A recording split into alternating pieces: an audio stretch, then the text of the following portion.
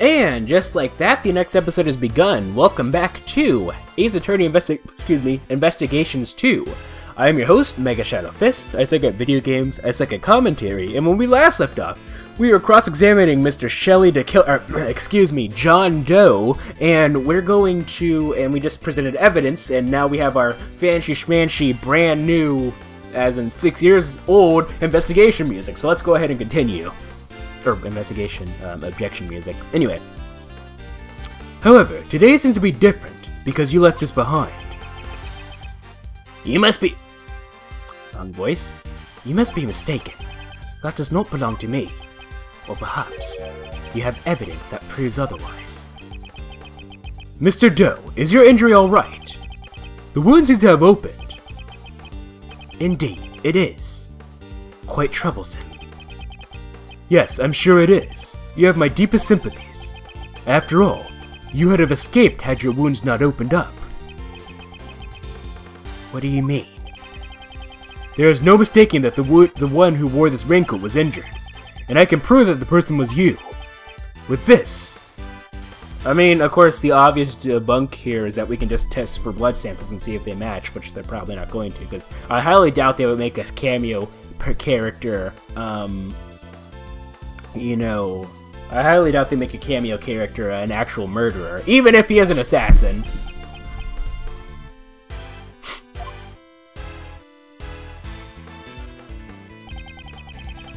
On the inside of this raincoat, there is a small blood stain. Ritual of the night. It's the blood of the assassin. Slow motion reactions! Attacking the president is a serious crime, pal! You'll cause an international incident!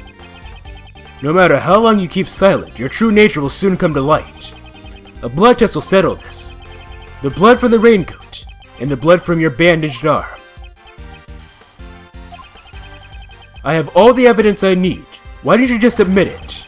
You're the assassin who attacked the president. I am not the assassin. You don't know when to give up. If this is the game of chess, you would have been checkmated a long time ago. Actually, I believe, Mr. Edgeworth, this is just check. Not checkmate. Admit your defeat gracefully. He seems completely unfazed. I suppose I have no choice. I'll admit it. Indeed, the raincoat is mine. He confessed, sir! Arrest him! Arrest him! However, that does not mean I shot the president. What's that, pal? Prosecutor Edgeworth, all you have proven is that I wore the raincoat. What sort of crime is that? Phase 2? Mr. Doe's Testimony, Part 2. I am no assassin. I'm just a simple ice cream salesman. All I did was put on that raincoat and listen to the president's speech. It surprised me to see the bodyguards take action just before the gunshot rang out. Everyone in the audience immediately tried to escape, creating a state of panic. I have to be careful here, because, like, every so often I'll try to accidentally, like, when I'm doing the killer voice, I'll accidentally go into, like, straight up, like, Simon Blackwell! Simon Blackwell! I hope you're ready, Mr. Edgeworth, because you're about to get taken down! Anyway. Are you satisfied this time? His story's getting fishier by the minute! He's really suspicious! I swear her voice does change every 2 seconds. Glaring at me won't help! We've got evidence! Here, look at the guy in the red raincoat. That's gotta be the assassin. I see. That is certainly not me.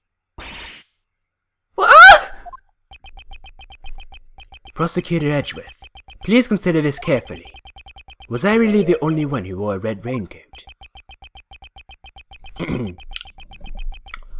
Whether he was or not, the person in the photo can only be Mr. Doe. But why? This man's self-confidence and intensity.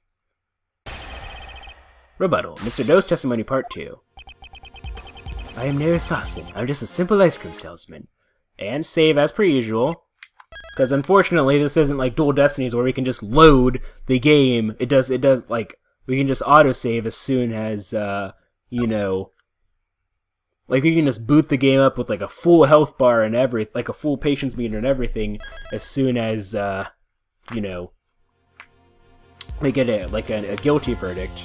But because unfortunately we're still in old school rules where if you don't save, you could seriously set yourself behind. I'm no assassin. I'm just a simple ice cream salesman. By the way, remember that, like, for those of you who remember I think it was Justice for All, the mega run that I made, I'm not even quite sure if I invented it for Ace Attorney. Where, you know, if you got a guilty verdict, like, you had to play the game without, like, you could only do it for, like, your blind run, and you had to go through the entire game without getting a guilty verdict a single time. And you could only save, and actually, you couldn't even save, oh, actually, I think you could save, actually, but I changed it. You can't save if you if you have to take a break. You have to start from the last checkpoint. Ha! Anyway, as an ice cream salesman, you must know quite a bit about ice cream. But of course, ask me anything you wish. Curses! I don't know anything about ice cream. So what's the most important thing about making ice cream? Making sure that you don't overturn it. That's one thing. Mr. Edgeworth! The most important thing about making ice cream is honor. That too. Honor. To make ice cream. Without honor, ice cream is nothing more than sweet ice. Do you understand? I'm just a simple ice cream salesman. All I did was put on that red raincoat and listen to the president's speech. Why did you use a raincoat instead of an umbrella? Is it strange to wear a raincoat on a rainy day? It's strange to purposely wear a raincoat when you can't get your arm into it. If both my hands were occupied, I wouldn't be able to serve ice cream. Why didn't you mention that in your testimony earlier? I'm terribly sorry. It must have slipped my mind. After all, I had just gone through all that. All that? The shitting of the president, of course. It surprised me to see the bodyguards take action just before the gunshot rang out. So the bodyguards reacted before the gunshot went off? Yes, the bodyguard made first. The one on the left side of the stage, in particular. You saw it all quite clearly. I have good eyesight. The names are written on the upper left of the security plan. The bodyguard on the left side would be Mr. Rook. That is correct. Mr. Ethan Rook, I believe. Perhaps he noticed the light from the laser pointer. That man is no ordinary individual. From their actions, I don't believe that the bodyguards were amateurs. This man isn't an ordinary individual either. Please add that statement to your testimony. As you wish. The man on the left side of the stage was exceptionally quick. A Mr. Ethan Rook, as I recall. We'll press that last, because that's the one that we actually need to press, obviously. Or at least present evidence to. Everyone in the audience immediately tried to escape, creating a state of panic. But you yourself did not run. No, I did not. Aha! What were you doing then? Amidst the panic, someone gave my wind a big wallop. I was in terrible pain. I felt like sparks would shoot out of my eyes. But in reality, no sparks came out. Sparks don't come out of people's eyes, Kay. The person who wore the red raincoat is the assassin. That's very clear from the photo. However, Mr. Doe is saying that person wasn't him. That's just some story he made up, sir. Rip off his disguise, Mr. Edgeworth. Yes. In any case, I need to start exposing his lies. That's right. And in order to do that, we should press him for more details. The man on the left side of the stage is exceptionally quick, and Mr. Ethan Rook, as I recall.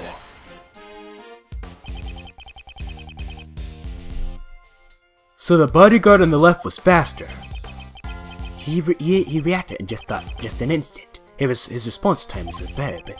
I believe his name is Ethan Rook. I see. He had plenty of time to react. Not necessarily. His expression never changes. On the left side of the stage was exceptionally quick. Mr. Ethan Rook, as I recall. So what do we need to present for this? I'm wondering. On the left... Well, actually, let's look at this. Mr. Ethan Rook is on the left, you say. So let's check this. Okay, well... Okay, so yeah. Okay, so yeah. Rook is indeed on the left. Rook takes Knightley's... Oh, hold on. Pay attention to the lake area. Rook takes Knightley's place. In the case of emergency, Knightley will lead the president inside the plane. A terrorist... So, if Rook takes Knightley's place... Then... Present.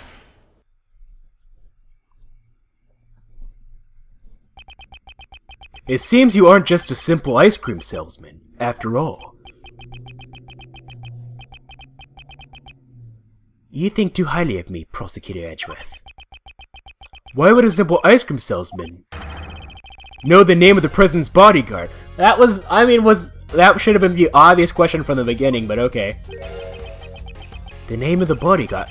Surely you just... Oh, this is the, it's a pursuit theme! This is probably one of my favorite pursuit themes in the series, actually. Like this is, like I said, this is the song that made me actually just want to do a series in the first place. I actually know it was that and getting a chance to play as a certain other person for a little bit. Anyway, from what I saw from watching like a mashup, like I said, this is pretty much a blind playthrough, but I did see some footage from, you know, mashups of Ace Attorney music. Anyway. The name of the bodyguard? Surely you just... Didn't you say the names just a moment ago? Mr. Knightley and Mr. Rook. Correct. I did not recall saying their first names, though. This is a diagram of the security plans. We learned their names from this. However, please look. Only their surnames are written here. You distinctly said Ethan Rook. How did you know his full name when we did not? That's pretty weird, sir. Why do you know his name? Explain yourself. That was merely a slip of the tongue. It's true. This guy's is the assassin. Young lady, you're being a little hasty. The reason I know his name is quite simple. What? I am an acquaintance of Mr. Rook's. What? He and I have a bit of a connection. His is a name that I will never forget. Mr. Edgeworth, he's just telling a big fat lie! This is not a lie. I'm just a simple ice cream salesman. And an acquaintance of Ethan Rook's. In that case, let's just ask Rook himself about this. Whether or not he's acquainted with this dubious ice cream salesman. As you wish. However, that may prove difficult now. He is currently busy with the President's security after all. Besides, even if I am not an acquaintance of Mr. Rook's. So, I take it, so the bodyguards, the security provided for the President, if he's Mr. Rook, that's not a junk fox sounding name, so the security was from this country. They didn't have special private security from his own country doing it? Or like a joint task force going on here? That's interesting. Does that prove that I fired the gun? If you aren't the assassin, then why did you remove your raincoat? It was a little hot. The rain had stopped. I wanted to air out the wound. Is there a problem with that? I just can't seem to corner him. Ethan Rook. Sounds a lot like Ethan Hawke, you know, the actor. Mr. Edgeworth, what are you doing? Hurry up and arrest him! That man's so suspicious! I'd even arrest him myself! Arrest him without evidence? How can I do such a thing? Come on! Mr. Come on, Mr. Edgeworth, can't you do something? Breaking news! The criminal is on the verge of escaping the prosecutor. Escaping the prosecutor! Oh dear, they're already treating me like a criminal. I understand. Since I've been suspected this far, it seems I'll have to tell the truth. The truth? What is he up to? I saw another person wearing a red hood. What? Surely, that was the person who was in the photo. I first noticed him right before the speech, when it was still raining. He caught my eye because his raincoat is the same color as mine. In his hand I saw a laser pointer with a light aimed directly at the president. It can't be. There's another person wearing a red hood. I knew that if I wore the red raincoat, I'd be mistaken for the assassin. That is why I took off the raincoat. You saw an assassin wearing the same color hood as yours. Wouldn't that be a nice coincidence? That's what I expected you would say, which is why I did not testify as such. Prosecutors and the police are a suspicious lot. I knew that nobody would believe me. At the moment of the incident, the assassin was very close to the prosecutor. Prosecutor? Only arrived after the incident. Not you, Prosecutor Edgeworth. That prosecutor over there. Lady Von Karma? I don't know. Oh, actually, it is Pain. Cause, like, someone driving a motorcycle. Cause, like, I suspected Pain, but, like, because he was slightly out of the shot, I was like, oh, maybe there's, like, another prosecutor outside of the shot that we don't know. It's actually Lady Von Karma, because this is an international incident, and she's working with Interpol. Right? Right? Anyway. Huh? Me? Yes, you should be visible in that photo. Here, right in front of the person in the red hood. That's me, alright! What's your point? What's this man driving at? I have been observing your investigation this entire time, Prosecutor Edgeworth, and I have noticed something strange. Something strange? It seems you still haven't noticed this contradiction yet. A contradiction? In this photo, the people who can be seen are the Chief, Mr. Payne, and the assassin. I don't see anything strange. Please think back carefully about the circumstances during the President's speech. I believe you are holding the evidence that contradicts this photo.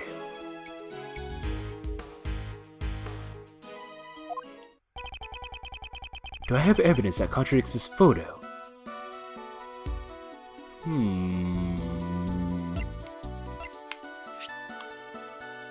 Proof of my profession, however, I prefer to keep it in my pocket. Touch the check button for details. Is there anything visible about this? Like, can we read anything? His plane lands on Gort Lake today, arrives for his visit. Adorned the right side of the stage, it is ruptured.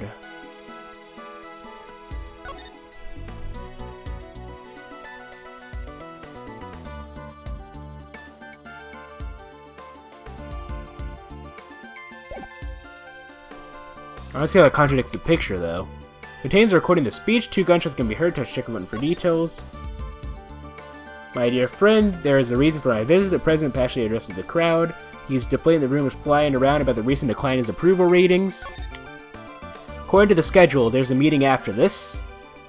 Oh yeah, that's, whatchamacallit, that's Pain. You seem quite pleased that the Yataganasu incident has been resolved. The president raises his fist in the air. The atmosphere here is boiling to fever pitch. The atmosphere... Hold on, 1 second. I'll see you guys in the next episode.